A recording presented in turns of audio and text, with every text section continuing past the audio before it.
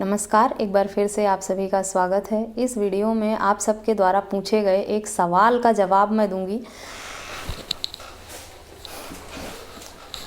मेरे कुछ व्यूअर्स ने मुझसे ये सवाल किया था कि क्या न्यायालय से हटकर भी उनके पास कोई विकल्प है कि वो बिना पैसा खर्च किए, बिना अपना एफ़र्ट लगाए और बिना इतना समय बर्बाद किए वो अपने मैटर को सुलझा सकते हैं। क्या उनके पास कोई ऐसा विकल्प है कि वो सालों साल न्यायालय में धक्के ना खाएं और आसानी से सुलह समझौता करके उनके बीच का जो विवाद है उसे ख़त्म कर लें। मैं इस वीडियो में आपको इसी टॉपिक पर जानकारी दूंगी। अगर डिटेल में जानकारी चाहते हैं तो मेरी वीडियो को अंत तक ज़रूर देखें। अगर मेरे चैनल पर नए हैं तो मेरे चैनल को सब्सक्राइब करके बेल आइकन को प्रेस करना ना भूलें, ताकि मेरे आने वाली सभी नई वीडियोज़ का नोटिफिकेशन आपको मिलता रहे। चलिए जानते हैं कि बिना न्यायालय या बिना पुलिस के अपने विवाद को आप कैसे ख़त्म कर सकते हैं और कितना समय लगता है। इस सब में आप अपना समय, पैसा और एफ़र्ट सब बचा सकते हैं बिना धक्के खाए। सबसे पहले तो आप ये सोचें कि आप दोनों लोगों को चाहिए क्या। अगर आप लोग सिर्फ अलग होना चाहते हैं, आपका एम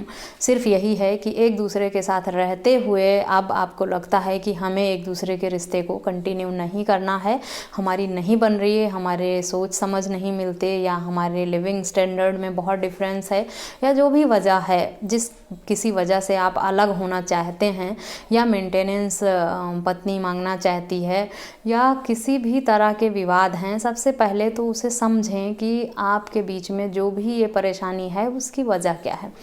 अब अगर आप सिर्फ अलग होना चाहते हैं, आपने ये सोच लिया है कि हमें अलग ही रहना है, हम एक साथ नहीं रह सकते, एक दूसरे के लिए नहीं बने हैं, तो आप कॉन्टेस्टेड डाइवोर्स ना फाइल करें।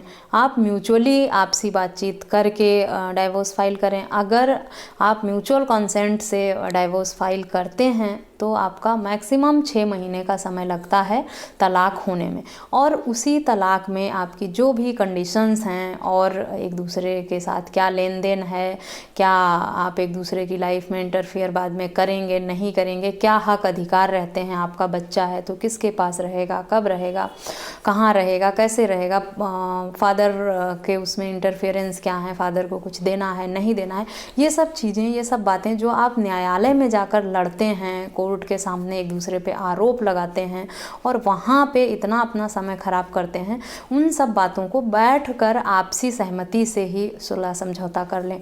अगर आपको लगता है कि आप दोनों एक दूसरे से इस हद तक नाराज़ हैं, कोई एक दूसरे की बात सुन के राज़ी नहीं है, कई बार होता है कि हालात इतने ख़राब हो जाते हैं कि पति पत्नी के बीच में मनमुटाव या मतभेद बहुत ज़्यादा हो जाता है। ऐसे हालात में वो किसी एक दूसरे की बात को ना तो सुनना समझना चाहते हैं, ना एक दूसरे को फेस करना चाहते हैं, ना शक्ल देखना चाहते, और उन्हें एक दूसरे को देख के सिर्फ गुस्सा ही आता है। ऐसे हालात में आप लोग एक दूसरे से डायरेक्ट बात नहीं कर सकते। तब आप किसी तीसरे को हायर करें बीच में, जो आपका फ्रेंड हो, आपका रिलेटिव हो, उसे हायर कर सकते हैं आप, कि वो आपके बीच में जो भी गलतफहमी या मतभेद है उसे सही तरीके से सुलझा कर और सेटल कर दे, न्यायालय से बाहर ही। और अगर न्यायालय की ज़रूरत हो भी तो बस न्यायालय में आप लोग म्यूचुअली अपनी जो भी बात है उसे रख कर और न्यायालय से उसकी डाइवोर्स की डिक्री लेने के लिए, या जो भी आप एक दूसरे से उम्मीद करते हैं और उस जजमेंट को प्राप्त करने के लिए बस न्यायालय का उपयोग करें। बाकी जो भी आपके बीच में विवाद है उसे आपसी सहमति से न्यायालय के बाहर पहले ही डिसाइड कर लें कि दोनों लोगों को एक दूसरे से क्या चाहिए, क्या नहीं चाहिए, और किस लिए वो न्यायालय जा रहे हैं, उनका फ्यूचर में अब एक दूसरे से क्या लेना देना है। अगर आप ये सब चीज़ें पहले ही डिसाइड कर लेते हैं तो आपका न्यायालय में बिल्कुल ही समय बचेगा। वहाँ जाकर बस आपको कुछ नहीं करना है, 1-2 तारीख में आपका डाइवोर्स हो जाएगा। या मेंटेनेंस में एक दूसरे से जो चाहिए, अगर आपने वो पहले ही फिक्स कर लिया है कि भाई इतना मैं दे दूंगा, पत्नी मांग रही है 20,000, पति कहता है मैं 10,000 तक 8,000 तक दूंगा।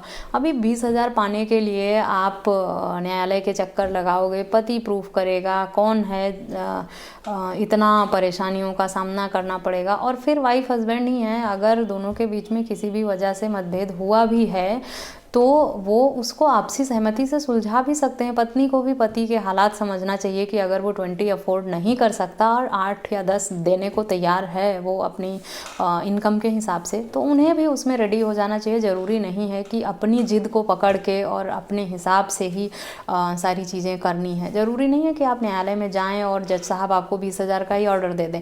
हो सकता है जज साहब आपको वहाँ जाने के बाद 8,000 पति देने को कह रहा था, जज साहब को लगे कि वो तो 5,000 ही दे सकता है, तो आपको 5,000 ही मिले वहाँ पे जज साहब के ऑर्डर से। क्योंकि वहाँ न्यायालय में जब आप मेंटेनेंस के लिए जाएंगी तो जज साहब तो पति की कमाई देखेंगे, उस पर लाइबिलिटीज़ कितनी हैं, कितनी जिम्मेदारियाँ हैं फादर मदर की, फैमिली की, छोटे भाई बहनों की, घर की, पेरेंट्स के हेल्थ की, उन सब जिम्मेदारियों को देखते हुए उसकी इनकम देखेंगे, उसके बाद ही फैसला करेंगे।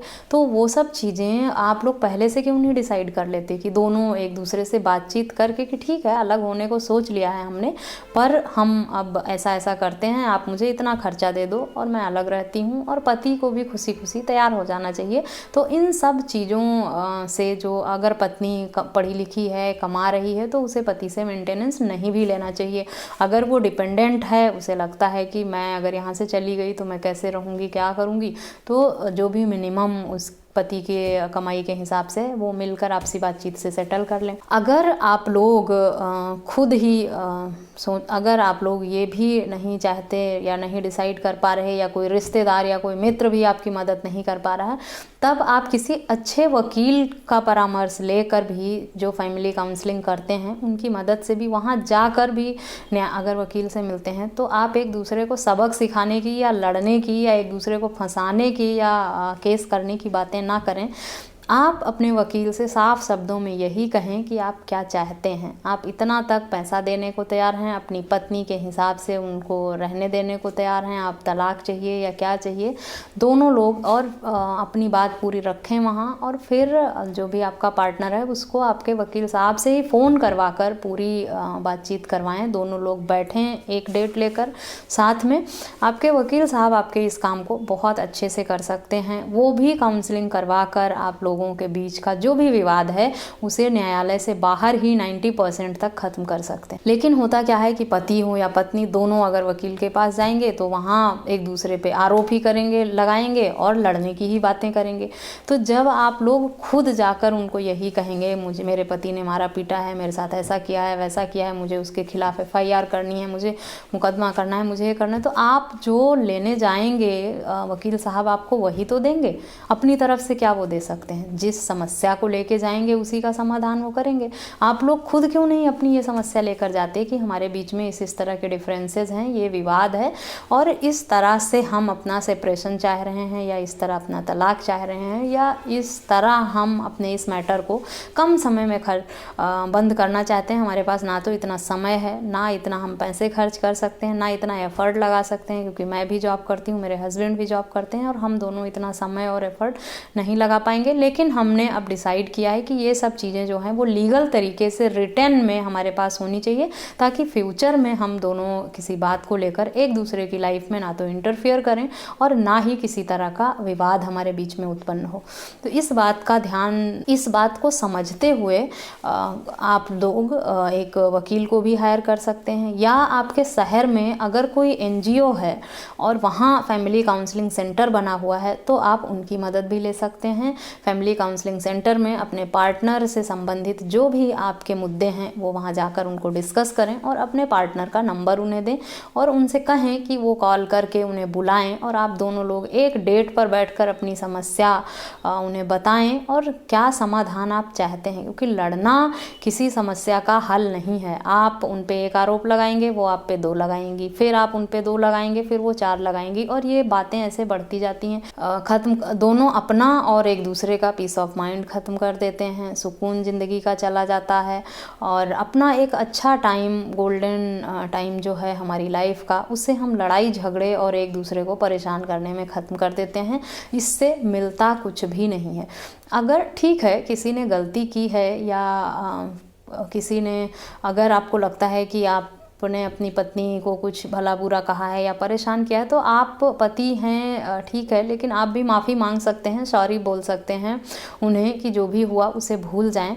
और अगर किसी पत्नी ने भी कुछ गलत किया है तो वो भी अपने पति को सॉरी बोल सकती है और ज़िंदगी में आगे बढ़ सकती है बातचीत करके। आप लोग क्या करते हैं, जल्दबाजी में फ़ैसला लेते हैं, गुस्से में फ़ैसला लेते हैं या अपनी ज़िंदगी का फ़ैसला किसी तीसरे के हाथों में दे देते हैं। ये गलती कभी भी ना करें, ठीक है, पर दोनों एक इंसान भी तो हैं। आपको अभी आगे भविष्य में भी ज़िंदगी जीनी है, बहुत कुछ करना है लाइफ में, तो अपना समय इन सब में क्यों ख़राब करना। अगर आपको नहीं रहना है, नहीं बनती है एक दूसरे से, तो एक दूसरे को गाली गलौज करना, लड़ाइयाँ करते रहना, एक दूसरे की ज़िंदगी नर्क बनाना और परेशान करना, इससे तो बेटर है कि आप खुशी खुशी अलग हो जाएं। परेशान ना करें, लड़ाई झगड़े ना करें और कोई बदले की भावना बिल्कुल भी ना रखें एक दूसरे से।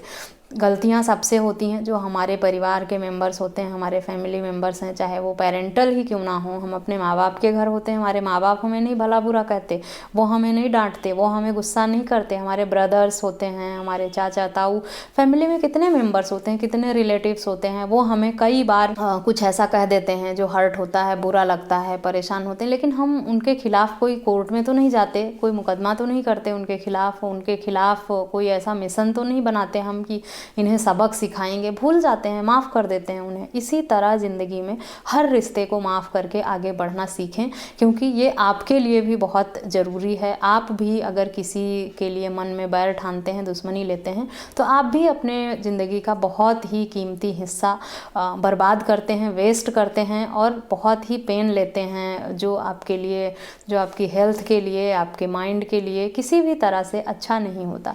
तो समस्या का हल ढूंढें, बढ़ाएं नहीं समस्याओं को, एक दूसरे से उलझें नहीं, शांति से ठंडे दिमाग से सोचें और फैसला लें। अगर खुद नहीं डिसाइड कर पा रहे तो कुछ समय के लिए दोनों एक दूसरे से अलग हो जाएं। बिल्कुल बातचीत ना करें, एक दूसरे से मिलें नहीं, कोई कांटेक्ट मत रखें, दूरी बना लें और फिर सोचें कि आपको क्या करना है।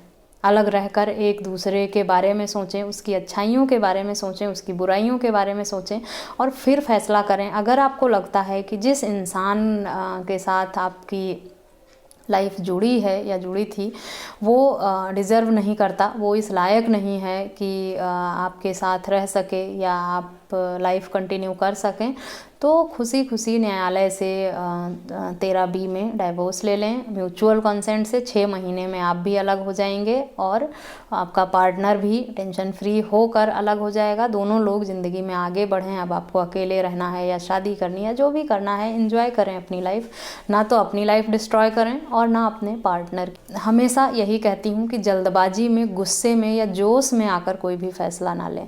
जब भी एक दूसरे के बीच में विवाद उत्पन्न हो तो कुछ समय के लिए अलग हो जाएं एक दूसरे से और फिर एक दूसरे के बारे में सोचें, अच्छाइयों बुराइयों के बारे में। उसके बाद ही सोच समझकर फैसला करें। कम से कम समय में अगर आप अपनी समस्याओं को ख़त्म करना चाहते हैं तो जो भी आपको डाइवोर्स लेना है या मेंटेनेंस लेना है तो कोर्ट में बस कोर्ट के ऑर्डर के लिए जाएं, ताकि आप मिनिमम जो समय है कानूनी तरीके से, उसे कानूनी प्रक्रिया जो है उसके हिसाब से ही आपको काम करना है। डाइवोर्स अगर आप ले लेते हैं तो आप ऐसे नोटरी पर या ऐसे लिखवाकर स्टैम्प पेपर पर डाइवोर्स लेते हैं तो उसकी कोई वैल्यू ही नहीं है। आपको डाइवोर्स लेना है या मेंटेनेंस पति फिक्स देता रहे, तो उस सब के लिए अगर लीगल तरीका है तो जाना न्यायालय में ही पड़ेगा। लेकिन सब चीज़ें न्यायालय से बाहर ही आप लोग मिलकर डिसाइड कर लें। फिर न्यायालय में जाएं, न्यायालय के समक्ष अपनी बात रखें, हम वाइफ हस्बैंड ये डेट में शादी हुई थी, ऐसा ऐसा है और हम एक दूसरे से अलग हो रहे हैं, इतना हमारा लेना देना है, हमने ये दिया है, ये नहीं दिया है, और ये सब चीज़ें क्लियर न्यायालय में आप रखते हैं। 6 महीने में आपका तलाक हो जाता है। मेंटेनेंस भी अगर आप लोग बाहर ही सेटल कर लेते हैं वो भी आपका बहुत कम समय में हो जाता है। तो आप अपने पैसे, एफर्ट और इन फालतू की परेशानियों से बच जाते हैं। अगर आप न्यायालय में जाकर विवाद बढ़ाते हैं, एक दूसरे पे आरोप लगाते हैं और बात को लंबी खींचते हैं, तब आपकी परेशानियां बढ़ जाती हैं। न्यायालय में आप लोग खुद ही अपनी समस्याओं को बढ़ाते हैं, अपने आप को उलझनों में डालते हैं, खुद को परेशान करते हैं, क्योंकि एक दूसरे पे आरोप प्रत्यारोप इतना बढ़ जाता है कि आप लोग खुद अपना मामला बहुत उलझाने लगते हैं। खुद तो परेशान कंफ्यूज रहते ही हैं, जज साहब भी सोचते हैं कि हर रोज़ एक नया चैप्टर, हर डेट पर एक नया चैप्टर खुल के आ जा रहा है, तो फिर वो कहाँ से डिसीजन दे पाएंगे। पहले आप लोग मिलकर सब कुछ अगर बाहर ही डिसाइड कर लेते हैं और न्यायालय जाते हैं तो कुछ भी समय नहीं लगता है, बहुत ही ईजिली आपका सब काम हो जाता है। उसके लिए आप काउंसलर की मदद लें, रिलेटिव की मदद लें, फैमिली मेम्बर्स की मदद लें या किसी वकील की मदद लें। ये सारे विकल्प मैंने आपको बता दिए हैं, जिसकी मदद से आप सुलह समझौता करके न्यायालय के बाहर ही अपनी सारी चीज़ें सेटल करके फिर न्यायालय में जाएं, ताकि कम से कम समय में आपका जो भी मुद्दा है वो सॉर्ट आउट होके फैसला आपके हित में आ जाए। यही एक तरीका है कम समय में अपने मैटर को क्लोज करने का।